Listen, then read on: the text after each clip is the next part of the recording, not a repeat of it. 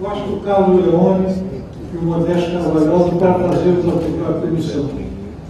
Evidentemente, eu tendo publicado só um trabalho sobre reforma da lei de SA, aqui serviu um pouco de orientação, digamos assim, de etapas de discussão. Achei curioso que no primeiro dia nós tivemos uma discussão muito grande se devia chamar companhia ou devia chamar sociedade por ações. Na Europa, a sociedade anônima, sociedade por ações. Na Inglaterra, é company. Nos Estados Unidos, é corporation. E que nome se devia dar a essa sociedade que é diferente? Nós estamos vivendo a era da sociedade por ações. O que faltava no país era realmente a possibilidade de se possibilitar o funcionamento da sociedade por ações na plenitude, porque aí continuava a sociedade por ações familiares, e não a sociedade por ações aberta. Quer dizer, a finalidade dela, a genialidade da sociedade por ações, que advinha realmente do fato de se poder usar o dinheiro com o risco do administrador e, portanto, abrir campo para todas as iniciativas e as capacidades de gerência, mais do que essa capacidade estava absolutamente vedada pela maneira com que se interpretava e se usava a lei de SA no Brasil, que era a maneira europeia. É bom que se diga isso. Os Estados Unidos é que haviam desenvolvido muito sobre a lei da SA.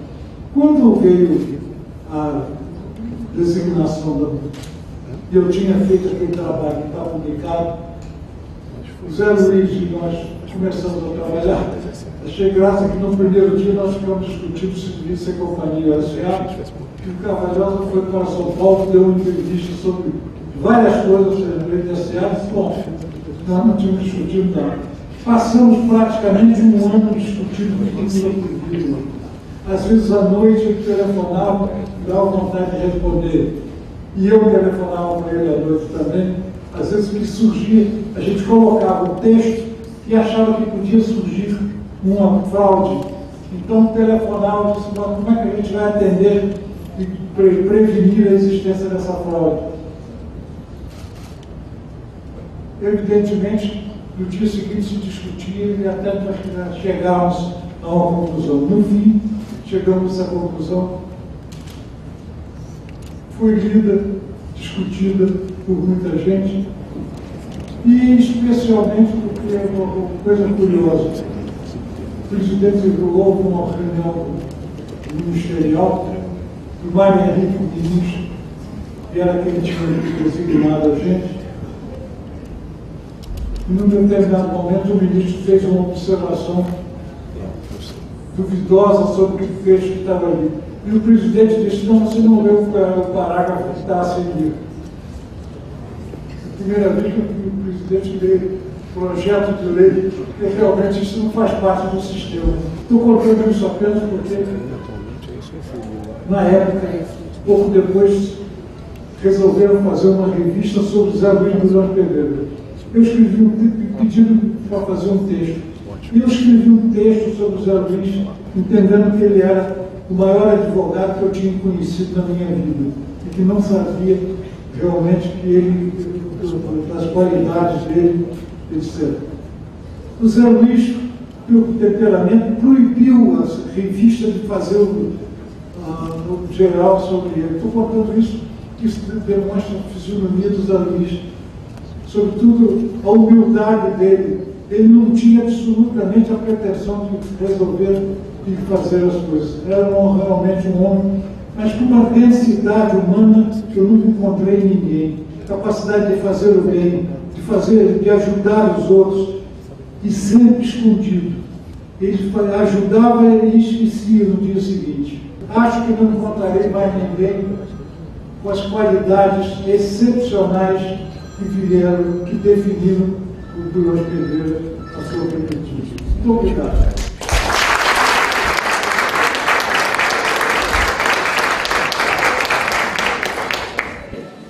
Bom, antes de falar do que nós construímos a CVM, gostaria de dar um pouco de depoimento do meu convívio com o Zé Luiz. Acho que muitos de vocês conhecem a minha vida profissional. teve um marco importante, que foi no início com a formação da Deltec, e mais tarde a Deltec se associou ao Moreira Salles para formar o que foi um banco de investimento pioneiro no Brasil, que foi o BIB. Mas Zé Luiz, então, foi um elemento extremamente importante na formação do banco de investimento. O banco de investimento, que vocês devem se lembrar, ele foi criado por da Lei 4.728, que segmentou o mercado financeiro brasileiro. Até então não existia um banco de investimento, e a legislação procurou definir o papel de cada uma dessas instituições: bancos comerciais, bancos especialistas, financeiras, corretoras, distribuidoras, etc. E a Deltec se associou ao Moreira Salles e formaram o BIB, com outros participantes, inclusive a IDEC, o Dr. Antunes, etc. E foi aí que o meu contato com os alunos Minas Pedreiras se intensificou, quando o BIB estava engatinhando e ainda não tinha definido o seu perfil com muita clareza. Eu lembro muito bem do Zé Luiz, numa das reuniões. O Zé Luiz era uma pessoa, como foi descrito, com muita propriedade, muito equilibrado, muito sutil nas suas críticas. Mas nesse dia ele não foi tão sutil. Ele disse assim: escuta, o que vocês estão querendo fazer? É uma grande financeira, um banco de investimento? Porque até então o BIB não deixava de ser uma grande financeira. E a partir daí o BIB tomou uma outra conformação e teve um papel na formação do mercado de capitais extremamente importante. E mais do que isso, eu diria que o Unibanco, que tornou-se um banco de maior projeção no Brasil, foi graças à formação de pessoas que vieram, egressos do BIB, inclusive o Roberto Bornhausen, que deu a sua conotação que o levou a ser o banco que foi hoje associado ao Itaú. Nós tivemos um contato que eu, na minha vida profissional, considero da maior relevância, que foi o lançamento das obrigações conversíveis da Unipar. A ideia era vender ações da Unipar no momento que o mercado de capitais estava engatinhando e tinha muito pouca interesse em ações de empresas nascentes. E um dia, na casa do Zé Luiz, o Zé Luiz virou e disse assim: escuta, Roberto, eu acho que é uma loucura nós lançarmos ações de uma empresa que ainda não está operando. Por que nós não lançamos no Brasil uma obrigação conversível com warrant? Quer dizer, nós estamos falando em 1971. Quer dizer, você falar numa obrigação, que era um palavrão, né? Pior palavrão que obrigação era debenture, mas o Zé Luiz tinha criado a figura da obrigação. Aliás, um dos aspectos mais relevantes da lei associada foi o capítulo das obrigações, que abriu um campo enorme para esse tipo de instrumento.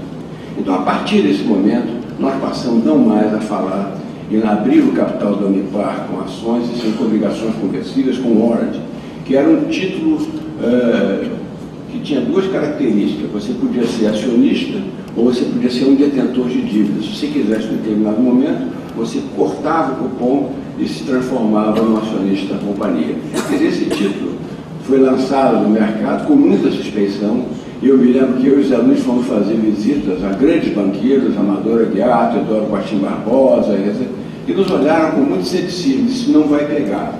E à época, nós vendemos 10 milhões de dólares a nível de 1971 no título do mercado de capitais, uma empresa nascente, uma holding, que também era um setor que nem todos os investidores apreciavam, né? E graças a essa determinação dos alunos, tornamos essa obrigação uma realidade que abriu um campo enorme no mercado de capitais no Brasil. Bom, no que toca a CVM, realmente, sempre que eu tinha alguma dúvida, o Zé Luiz era o nosso consultor obrigatório.